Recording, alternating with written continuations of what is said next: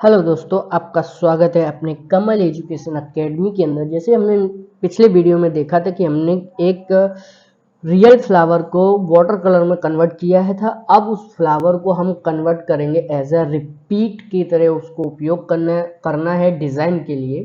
तो हम सबसे पहले क्या करते हैं, हम अपने आते हैं फोटोशॉप पे और यहाँ पर क्लिक करते हैं हमारे फ्लावर पे, जो हमने डिज़ाइन में उसको परफेक्टली वाटर कलर में किया था। अब इसको कन्वर्ट करना है हमें, किस में, रिपीट बैठाना है और डिज़ाइन में इसे कन्वर्ट करना है। तो डिज़ाइन में कन्वर्ट करने के लिए सबसे पहले हम क्या करते हैं, एक नया पेज लेते हैं जो लमसम हम अपने हिसाब से 6 इंच बाय 6 इंच का ले रहे हैं और रेजोल्यूशन हमारा 150 पिक्सल रखा हुआ है। तो इसके बाद इसे आप कर देना है क्रिएट करते ही ये आ जाएगा। अब हमने जो फ्लावर कन्वर्ट किया था उसको हम यहाँ से ड्रैग करके हमारे ओरिजिनल पेज पे लेके आएंगे। कंट्रोल टी करना है। कंट्रोल टी करते ही हमारे ट्रांसफॉर्मेशन ऑप्शन मिलता है, उससे उसे हम छोटा करके उसके पेज के सेंटर में उसे लेके आ जाएंगे। अब इसे हम कितना बड़ा रखेंगे, कितना छोटा रखेंगे, वो हमारे ऊपर डिपेंड करता है। तो हम इसे एडजस्टमेंट करके पहले रख लेते हैं। चलिए, तो हमने इसको एडजस्टमेंट तो कर लिया है कि हमें इसका साइज़ यही रखना है। अब इसका एंगल अगर आप चेंज करना चाहो तो एंगल चेंज कर सकते हैं और कंट्रोल जे करके इस लेयर का डुप्लीकेट ले लेना है। अब इसका हम सेट करते हैं ऑफसेट। तो ऑफसेट के लिए आपको आना है फिल्टर और वहाँ पे मिलता है अदर, वहाँ मिलता है ऑफसेट। तो यहाँ पर आप मैनुअली अपने हिसाब से सेट कर सकते हैं कि कौन सा हिस्सा कहाँ पे कितना आएगा। उसके बाद कर दीजिए ओके। कंट्रोल टी करके एक बार कंफर्म कीजिए कि ऑफसेट बराबर है। हाँ, बराबर है। अब इस फ्लावर के सेक्शन को आप कहाँ कैसे रखेंगे, उस एंगल के हिसाब से हम इसे सेट कर लेते हैं। तो ये हमने यहाँ पर एक रख दिया है। इससे एक छोटा छोटा भी हम साइज में ले लेते हैं और इन एंगल्स को हम चेंज कर देते हैं। अगर आपको इसमें एक सिंगल ही फ्लावर लेना है तो हम एक काम कर सकते हैं कि हम यहाँ पर इसको इरेज कर देंगे। जूम कर लेते हैं और इसे इरेज कर लेते हैं, जिससे क्या है कि हमें एक सिंगल फ्लावर भी अच्छा लगेगा। तो हम यहाँ से लेसो टूल ले लेते हैं। तो लेसो टूल से हम अपने हिसाब से इसे कटिंग फटाक देना कर लेते हैं, क्योंकि ये हैंड पे डिपेंड करता है कि आपका हाथ कितना अच्छे से संभलता है आपके माउस पर। तो आप उससे आसानी से जल्दी से काम कर सकते हैं। और इसे हमने डिलीट कर दिया। देखिए एकदम परफेक्ट कट आउट हुआ है और इसे मैंने यहाँ पर रख दिया। अब मुझे इसमें इफ़ेक्ट भी चाहिए। तो इफ़ेक्ट के लिए हम क्या करेंगे कि हम एक इसी ही फ्लावर को डुप्लीकेट बनाएंगे और इसको हम कन्वर्ट कर देंगे ब्लैक एंड वाइट में। तो उसके लिए आप इमेज में एडजस्टमेंट में और ब्लैक एंड वाइट पे क्लिक करिए, तो ये आपका फ़ोटो ब्लैक एंड वाइट हो जाता है। तो इस लेयर से हम उसे साइड में लाएंगे। इसकी लुक को हम इसमें एडजस्ट कराएंगे कि हमें इसे रखना कहाँ है, और इसकी ओपेसिटी को भी हम थोड़ा मेंटेन करेंगे। तो हमने 30% ओपेसिटी रख दी है। इस फ्लावर को हम कहाँ कहाँ एडजस्ट करेंगे एज ए बैकग्राउंड के रूप में, तो आप इसे एडजस्ट कर सकते हैं। चलिए, ये हमने रख दिया है। अब हमें इसमें चाहिए एक बैकग्राउंड कलर। तो हमारी जो लास्ट लेयर है वहाँ पर हम इसमें इसी ही डिज़ाइन का एक ट्रांसपेरेंट कलर लेंगे और यहाँ पर बैकग्राउंड में फिल कराएंगे। अब ये सिंपल है, इस पे हमें कुछ डिज़ाइन भी चाहिए, कुछ टेक्सचर हो तो ज़्यादा अच्छा लगेगा। उसके लिए हम क्या करेंगे, गूगल पे आते हैं और यहाँ पर हम सर्च कर लेते हैं टेक्सचर बैकग्राउंड। पैटर्न बैकग्राउंड भी चलेगा। और उसके बाद आपको इसमें से जो भी पसंद आए आपकी अपनी डिज़ाइन के लिए, आप उसे यहाँ से चूज़ कर लीजिए। सपोज़ मुझे एज ए एग्ज़ाम्पल सपोज़ हम यही ले लेते हैं, इसे कॉपी कर लेते हैं और इसे यहाँ पर पेस्ट कर देते हैं।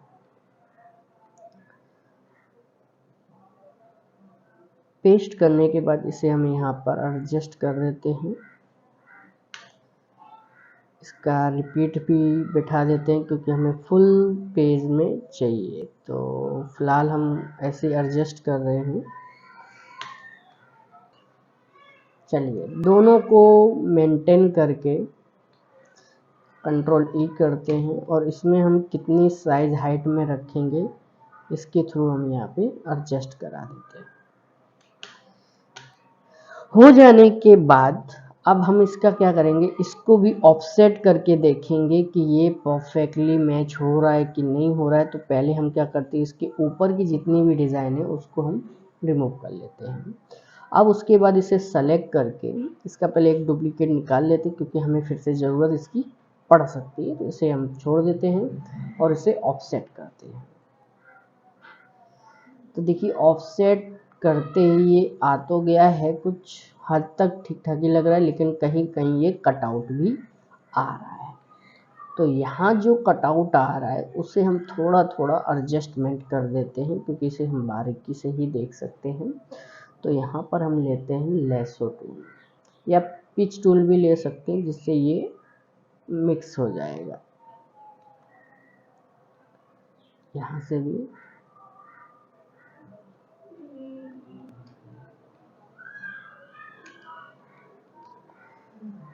आपको जहाँ जहाँ ठीक लगे वहाँ पर इसे एडजस्ट कर दीजिए, यानी कि ये रिपीट में दिखना नहीं चाहिए क्योंकि ये जब दिखेगा तो डिज़ाइन थोड़ी अजीब लगेगी।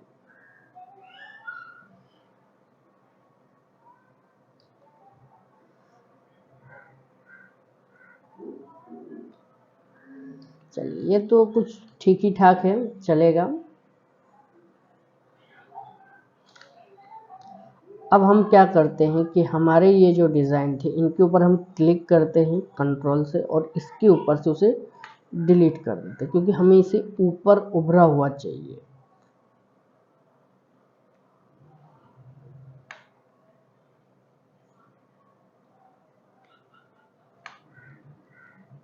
ये तो हो गया।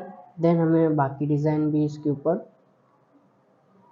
ट्रांसपेरेंट से ला देते हैं। अब इस जो हमने अभी टेक्सचर रखा है उसको हम क्या करते हैं, इसके मिक्स में लाते हैं कि ये इसके साथ कौन से कलर में मिक्स में बेटर लगेगा।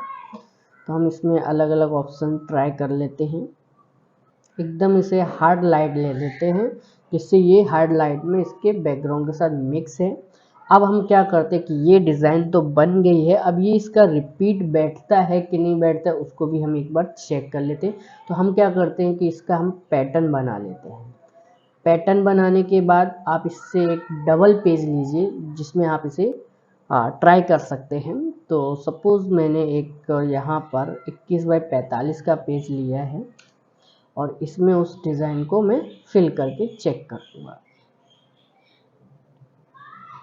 तो यहाँ से उस पैटर्न को चूज़ करना है, ओके कर देना है। तो अब देखिए ये पैटर्न इसमें परफेक्टली रिपीट में बैठ चुका है और ये डिज़ाइन आपकी बन चुकी है। और अगर आप इसको किसी भी चीज़ के ऊपर ट्राई करना चाहते तो आप इस फाइल को क्या कीजिए, जेपीजी में कन्वर्ट कर लीजिए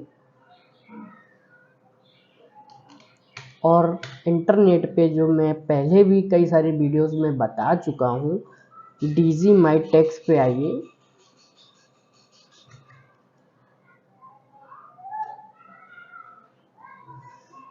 mydgtext.com पे आइए और यहाँ पर आप अपनी फाइल को अपलोड कीजिए। यहाँ पे क्लिक करना है, डिज़ाइन आएगा, डेमो पे आ जाइए और यहाँ पे चूज़ पे क्लिक करके अपनी डिज़ाइन अपलोड कीजिए। अपलोड करने के बाद आप इसे किस ड्रेस के ऊपर चेक करना चाहते हैं वो यहाँ से ड्रेस चूज़ कर लीजिए। जैसे ही आप ड्रेस चूज़ करेंगे और इसके ऊपर ये परफेक्टली जच रहा है, इस तरीके से आप इसे चेक कर सकते हैं। आई होप ये दोस्तों आपको समझ में आया होगा कि किस तरीके से हम अपनी डिज़ाइन को बना सकते हैं परफेक्टली।